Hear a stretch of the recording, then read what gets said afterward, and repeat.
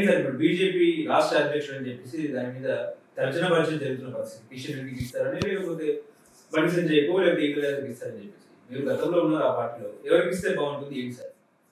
కిషన్ రెడ్డి గారు ఉన్నారు కదా ఇప్పుడు, కొనసాగింపే. బండి సంజయ్ని తీసేసి మళ్ళీ పట్టుకొస్తారని అనుకోను. ఎందుకంటే ఒక పీరియడ్లో తీస్తారు, తీయకపోతే 30-40 సీట్లు బీజేపీకి వచ్చాయని ఒక అంచనా ఉండింది. అది కొలాప్స్ 8 వచ్చింది సింగిల్ డిజిట్లో. కాబట్టి ఆయన మళ్ళా పట్టుకొస్తారా, ఒకసారి అయిపోయింది కదా. కాబట్టి వెరీ డౌట్ఫుల్. బట్ మీరైనా ఈటల రాజేందర్కి స్కోప్ ఎక్కువ కనపడుతుంది. అని కాకపోతే మరి క్లియరెన్స్ ఆఫ్ ఆర్ఎస్ఎస్ కావాలంటున్నారు. ఆ క్లియరెన్స్ ఈటలకు లేదంటున్నారు. లేనప్పుడు మరి ఎవరికి ఉందో, రామచంద్రరావు క్లియరెన్స్ ఇచ్చారని చెప్తున్నారు. అది ఇస్తే మరి రామచంద్రరావు వీళ్ళంతా ఆర్ఎస్ఎస్ అనుకుని నడిపిస్తారు వీళ్ళను. సో అది జరుగుతుందేమో తెలియదు మనకు. బట్ ఇప్పుడున్న పరిస్థితిలో అయితే కనపడట్లేదు. మరి అసలు మాట ఈయననే కంటిన్యూ చేస్తారని కిషన్ రెడ్డి.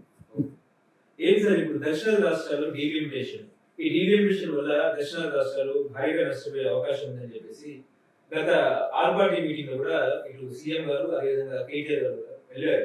ఏంటి సార్ ఈ డీలిమిటేషన్ వల్ల ఎటువంటి నష్టం ఉంటుందంటే?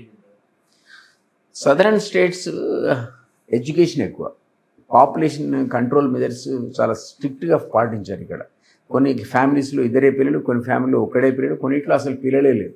ఆ పద్ధతిలో సదరన్ స్టేట్స్ కేరళ కానీ, తమిళనాడు కానీ, ఆంధ్రప్రదేశ్ కానీ, తెలంగాణ కానీ, కర్ణాటక కానీ చాలా సీరియస్గా ఈ ప్రభుత్వం ఇనిషియేటివ్ను పాటించిన రాష్ట్రాలు. తద్వారా ఏమైంది, మన దగ్గర పాపులేషన్ కంట్రోల్ అయింది. నార్త్లో పాపులేషన్ పెరిగింది. జనాభా ప్రాతిపదికన ఇప్పుడున్న జనాభా ప్రాతిపదికన మీరు కనుక సీట్ల లొకేషన్ అంటే మనకి 26 సీట్లు పోతాయి సౌత్లో. 26 పార్లమెంట్ స్థానాలు కోల్పోవాల్సి వస్తుంది. అది అన్యాయం. కాబట్టి అన్ని పార్టీలు కూడా దీని మీద గొడవ చేసి మాకు కట్ ఆఫ్ 1971 పెట్టాలా, అప్పుడు డిలిమిటేషన్ చేసిన అదే సిస్టంలో పోవాలి తప్ప ఇప్పుడు మీరు మార్చకూడదు అంటున్నారు. మార్చితే మాకు నష్టం అవుతున్నారు. నిజమే. మీరు అన్ని ప్రభుత్వ పథకాలు సిన్సియర్గా పాటించినందుకు మీకు పనిష్మెంట్ లాగిస్తారా? ఇప్పుడు 21 సీట్లు తీసేస్తారా? అంతమంది ఎంపీలు 26 మంది ఇక్కడ సౌత్ నుంచి తగ్గితే ప్రపోర్షనేట్గా మనకు వీక్ అయిపోతాం కదా పార్లమెంట్లో.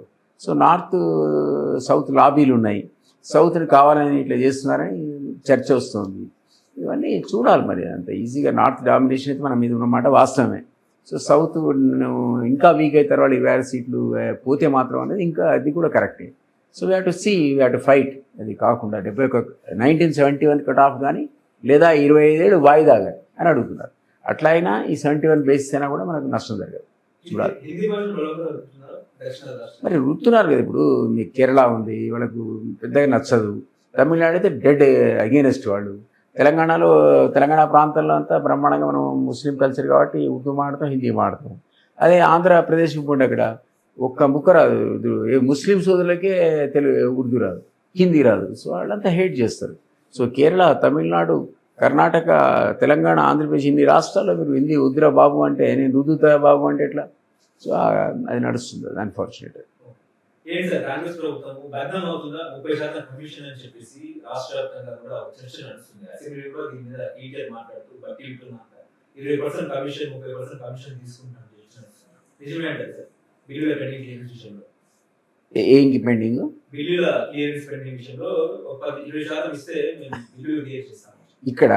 తెలంగాణ ఏది వి కాంట్ సే. అన్ఫార్చునేట్లీ ఈ కాంట్రాక్ట్లు అది ఎప్పుడు ఇదే రూమర్ ఉంటుంది. పర్సంటేజ్ మాకైతే పెద్ద స్కీమ్లు ఏం లేవు. పర్సంటేజ్ గురించి అడిగినాడు కాబట్టి ఓ కాళేశ్వరం, మిషన్ కాకతీయ, మిషన్ బయలేదు, ఇది కనీసం మూసీలో మట్టి తీస్తున్నాం, ఓ పెద్ద ప్రాజెక్ట్ స్టార్ట్ అయింది, డబ్బులు ఇచ్చారని ఒత్తుకోవచ్చు. టెండరే స్టార్ట్ కాపాయి, డిపిఆర్ అంటారు కదా, అదే స్టార్ట్ కాపాయి. ఎవడు ఇవ్వాలి పైసలు? ఇప్పుడు జీతాలు మా సీఎంఏ మొత్తుకుంటున్నాడు, నాకు జీతాలకు పెన్షన్లకే డబ్బులు లేవని. జీతాలకు పెన్షన్ల డబ్బులు లేనివాడు ఆ జీతాల్లో తింటాడా పర్సంటేజ్? సో స్కోప్ కనపడట్లేదు. ఎక్కడైనా కొత్త ప్రాజెక్టు స్టార్ట్ చేసి పెద్ద ఎత్తున ఉన్నవి కొనసాగింపే తప్ప, ఇచ్చిన హామీలు నెరవేర్చడమే తప్ప ఎవరిస్తారు మీకు? నాకైతే ఇచ్చేవాడు కూడా కనపడలేదు మరి ఇంతవరకు. కానీ అట్ ద సేమ్ టైం మీరు అన్నదానికి 100% మేము కరప్షన్ ఫ్రీ, మేము మహాత్మా గాంధీని చంపి మేమే పుట్టామని చెప్తే కూడా తప్పవుతుంది. ఎందుకంటే అవినీతి అనేది అట్లా ఊడలు వేసుకొని ఉంది సిస్టంలో. అధికారులు అక్కడ ఇక్కడ చేతివాడం ప్రదర్శిస్తున్నారేమో తెలియదు. రిజిస్ట్రేషన్ శాఖలో మనకు తెలుసు అందులో ఉంటుంది, విపరీతంగా రవాణాలో ఉంటుంది, ఎక్సైజ్లో ఉంటుంది. మీరు తీద్దామన్నా తీయలేని పరిస్థితి ఉంటుంది అక్కడ.